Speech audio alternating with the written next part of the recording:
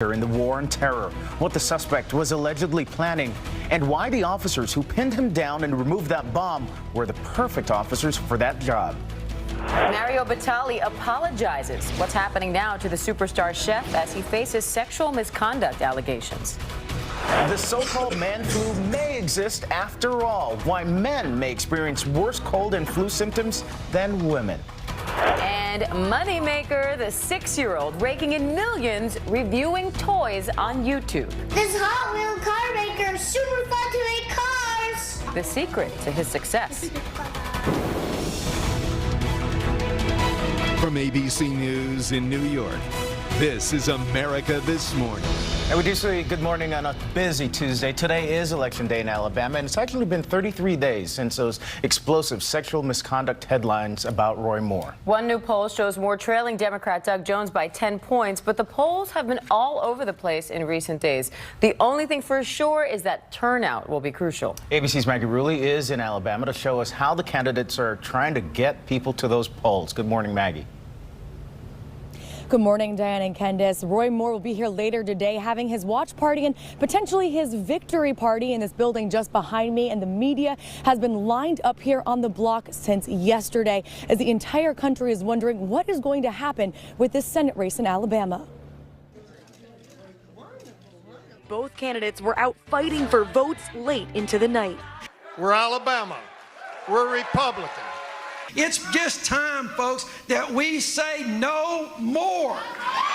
At his Drain the Swamp rally, Republican Roy Moore used the final hours before Election Day to once again deny allegations of molesting teenage girls when he was in his 30s. Any message to your accusers? Yeah, tell the truth. Steve Bannon, President Trump's former chief strategist, took the stage to bash the more than 19 GOP senators who are urging Moore to step aside. There's a special place in hell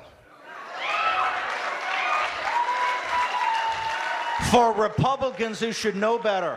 And his wife battling back against accusations that Moore is intolerant and anti-Semitic. Fake news would tell you that we don't care for Jews. I tell you all this because I've seen it all, so I just want to set the record straight while they're here. One of our attorneys is a Jew. Across the state, Democrat Doug Jones made sure to remind voters about the 8 women who accused Moore of sexual harassment and assault. Is Alabama going to stand with our daughters and our granddaughters, that we will believe them, we will respect them? Flanked by celebrity supporters like Charles Barkley, an Alabama native who took the stage to question Bannon's support of Moore. Only in Alabama could you send a white nationalist separatist who don't believe in race mixing to come to Alabama 3 times and he would get cheered at a Roy Moore rally. That's crazy. And both candidates are now getting some high-powered political help. President Trump is robocalling for Moore, while Barack Obama and Joe Biden are doing the same for Jones. Diane and Candace. All right, some interesting messages there on the stump last night. Maggie Rulli in Alabama for us. Thank you. We move on now to the other big story this morning, the attempted suicide bombing here in New York City. Overnight, workers removed the plywood that was blocking the site of the explosion in that pedestrian tunnel beneath Times Square. 5 people suffered minor injuries when that bomber prematurely detonated a pipe bomb strapped to his body. And we're learning some new details about the suspect and his past. ABC's Gloria Riviera has the latest. This morning, authorities are learning more about what led 27-year-old Akayed Ullah to attempt to fully detonate a homemade pipe bomb strapped to his body during rush hour in New York City. Preliminary investigation at the scene indicates this male was wearing an improvised, low-tech explosive device attached to his body. He intentionally detonated that device. At 6:25 Monday morning, authorities say Ullah boarded the subway in Brooklyn bound for Times Square. Just before 7:20 a.m., he arrived at the 42nd Street station. Soon after, surveillance footage shows the moment the bomb partially exploded. Smoke filling the corridor as commuters raced for safety. To me, it sounds like a gunshot, like a shotgun or something. 4 NYPD police officers are being heralded for safely removing the device, a 12-inch pipe bomb stuffed with nails and rigged with a 9-volt battery using Christmas lights. If it would have operated correctly, we would be dealing with many fatalities and many injuries. Allah is a Bangladesh immigrant who came to the U.S. 7 years ago. He held a commercial driver's license until 2015. Allah told law enforcement he was self-inspired by ISIS, but that no one directed him to carry out the attack. The NYPD and FBI searched 3 different homes in Allah's Brooklyn neighborhood on Monday. Residents are stunned. You never know who your neighbors are. You just got to be careful. Allah's family released a statement. They say they are heartbroken by the violence and the allegations being made against a member of their own family. Those 5 people who were injured are expected to make a full recovery. Allah, who was badly wounded in his torso, is still being treated. Candace, Diane. Gloria Riviera, thank you. And we'll take a closer look at the challenges of subway security coming up later in this half hour. In the meantime, authorities in Houston have arrested an 18-year-old man accused of trying to help ISIS by spreading information about how to make explosives. They say the man was planning to travel overseas to fight for ISIS. And we turn now to the women who accused President Trump of sexual misconduct. The White House press secretary Sarah Sanders says the president's election, quote, answered the groping allegations made against him during the campaign. More than a dozen women, though, accuse him of misconduct or harassment. 3 of them are now calling for Congress to investigate. I want to believe that as Americans we can put aside our political inclinations and admit that some things in fact do transcend politics, that we will hold Mr. Trump to the same standard as Harvey Weinstein and the other men who were held accountable for their reprehensible behavior. There are now 5 senators, most of them Democrats, who are now calling on the president to resign because of the allegations. At least 1,000 homes and buildings have now been destroyed by the wildfires in Southern California, but the largest fire, which is spreading into Santa Barbara County, is now 20% contained thanks to the winds dying down on Monday. Still, it's already burned an area nearly half the size of Rhode Island. The smoke is raising major concerns about air quality and forcing school closures. The state has spent nearly $50 million on the firefight so far. ABC's Matt Gutman is there. And just this weekend, an additional 2,000 firefighters brought out here to battle the Thomas fire, creating this massive city of firefighters, hundreds and hundreds of fire engines. The fire has been blamed for 1 death, a woman who was killed in a car crash while evacuating. More winds are expected with no rain in sight. All right, well, let's check the weather for the rest of the nation this Tuesday morning.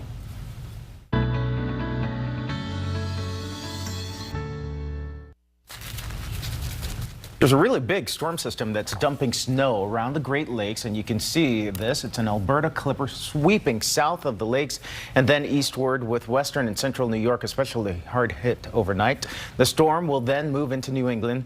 Brutally cold temperatures will follow. Wind chills will hover near 0 in parts of the upper Midwest, and by tomorrow, the Arctic blast will be reaching the northeast. As you can see there, cold temperatures left behind.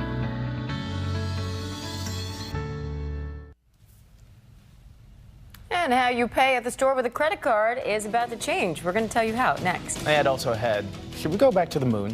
What about Mars? Who wants to go to Mars? Anybody? Well, President Trump is weighing in. And later, the little boy who read 100 books in 1 day. What's inspiring his learn to desire? Nigger, of course, in a green tie, riding a green bicycle, and of course, he's at a fairly green event, the Environmental Summit in Paris. He says it doesn't matter that President Trump backed out of the Paris Climate Agreement because so many others are working to limit climate change. And also overseas, get this, North Korean leader Kim Jong-un may have even more power than we thought. North Korea's official state media claims he was climbing a mountain when a blizzard gave way to sunshine, implying that he can somehow control the weather.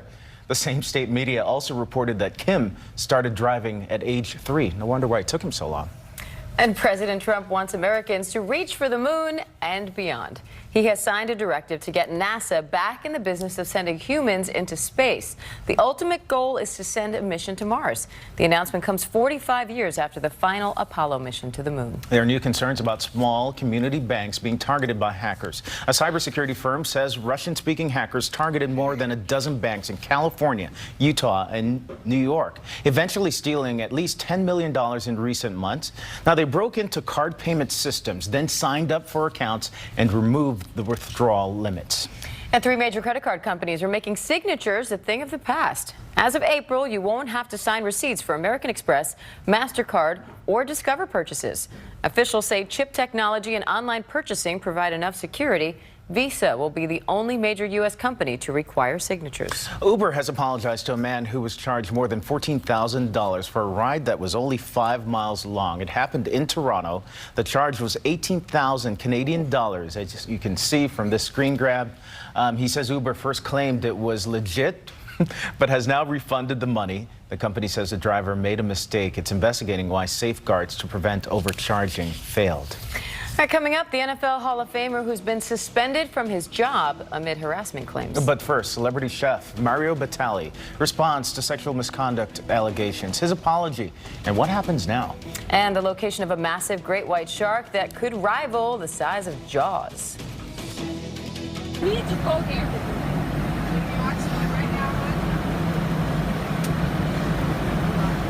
I swear if we don't.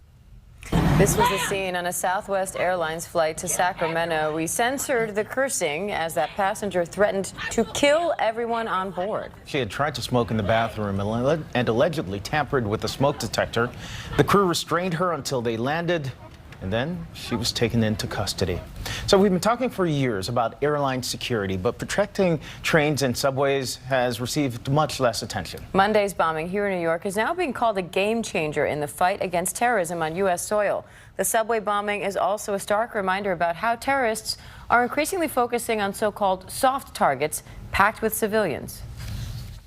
It really changes things because think about all the different places where there are crowds, and the crowds are the target. You go to the malls, especially during the holidays. This is something that is going to be extremely dangerous for our society here in the U.S. So we have to really start thinking about different ways to deal with this type of attack of a suicide bomber. Transportation facilities like mass transit stations are attractive targets for terrorists. You can't search every person and you can't search every bag. More than 24 terror plots against the city have been foiled since 9/11, but the NYPD says it's more skilled than ever to protect the city. Those are the 4 officers who held down that suspect on Monday. We turn now to the 2 more media power players who are accused of sexual harassment. Famed celebrity chef Mario Batali has been forced to step away from the day-to-day operations of his culinary empire, as well as the ABC show The Chew. All of this over sexual misconduct allegations involving 4 women. Batali did not deny the allegations, in fact saying in a statement, "I apologize to the people I have mistreated and hurt. Much of the behavior does in fact match up with the ways I have acted." The allegations were first brought to light by the restaurant website Eater.com. You see his statement there continuing. When the Harvey Weinstein allegations first came out, people started coming to us with tips about various chefs throughout the restaurant industry, and Batali was one of those chefs. And ABC says it will not air repeats of The Chew while it reviews the allegations against Batali. And the Food Network has reportedly delayed plans to relaunch Batali's show Molto Mario. Meanwhile, the NFL Network has suspended Marshall Faulk and 2 other analysts while it investigates allegations of sexual harassment and assault against them. The claims are part of a lawsuit filed by a former employee. And another journalist has lost his job because of sexual misconduct claims. Ryan Lizza of The New Yorker is best known for his interview that brought down White House Communications Director Anthony Scaramucci. Lizza says he was fired without a full investigation. Well, there's a lot of mystery this morning surrounding the death of an engineer at Google whose naked body was found in San Francisco Bay. Her boyfriend reported 23-year-old Choo Choo Ma missing on the same day her body was discovered. An autopsy is being conducted as police try to figure out whether foul play was involved. In medical news now, teenagers are smoking less marijuana in Colorado after the state legalized the drug for recreational use. A federal survey shows the rate of teens using pot in Colorado has now fallen to its lowest level in nearly a decade. Teen alcohol, tobacco, and heroin use are also down. There was a frightening sight off the west coast of Australia. Check out the shark lurking in that crystal clear water near a patrol boat. Here's the amazing thing. It's one of the biggest great white sharks ever spotted. That boat is 27 feet long. That shark is thought to weigh several thousand pounds and be close to 20 feet long. Literally gonna need a bigger boat. Yeah, no thank you. All right, on to Monday Night Football, shall we? And it wasn't Sharks, but Dolphins attacking the Patriots. Tom Brady had a rough night, but it happens to everybody. He threw 2 interceptions. Miami took control of the game in the third quarter with quarterback Jay Cutler throwing a couple of touchdown passes. While the Dolphins were scoring, New England was struggling. They failed to convert a third down for the first time since 1991. Wow. Tom Brady was just 14 then, by the way. Dolphins won 27-20. All right, they're fired up. All right, up next in the Pulse, why the Golden Globe nominations are getting so much backlash. Also ahead, the sickening truth. New evidence that shows man flu is actually real. Plus, how the 6-year-old is making $11 million a year on YouTube.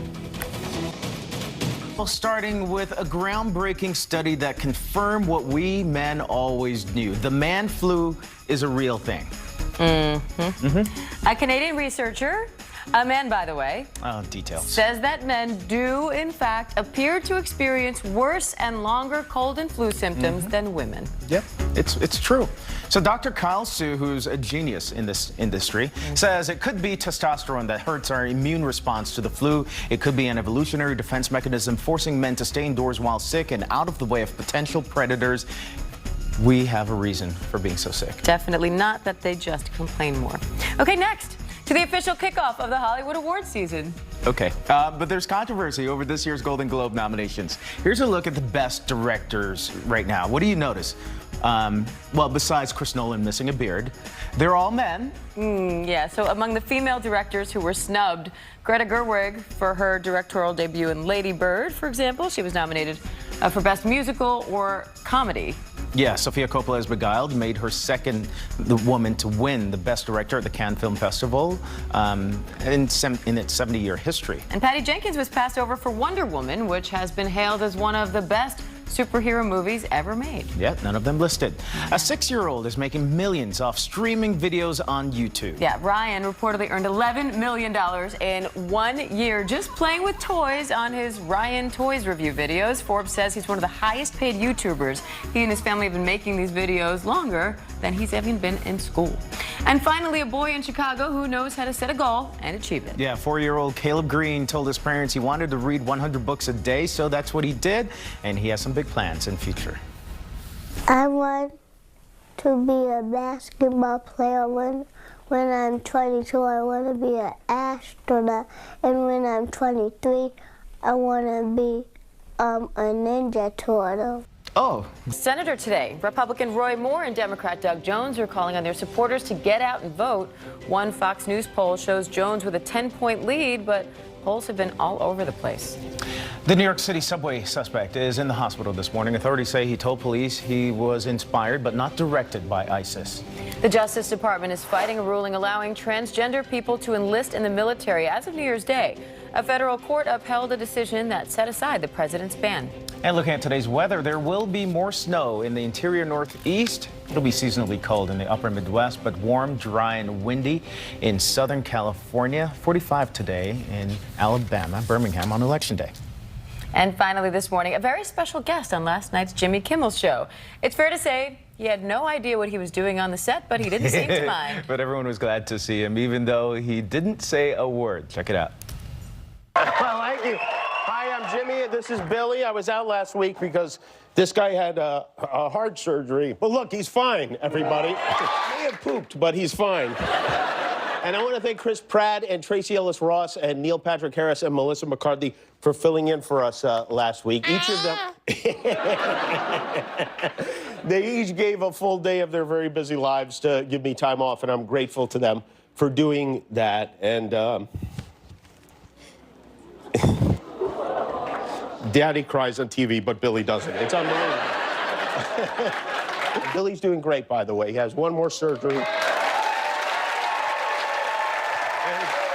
this is amazing.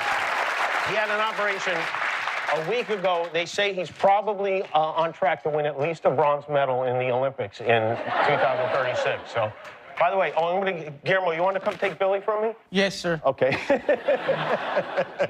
It's starting to get and change him, too, while you're at it. And remember, no, don't get him under the arms. Just, yeah, there you go. And remember, back to front, okay? Okay. All right, thank you. All right, there you go. Like two babies.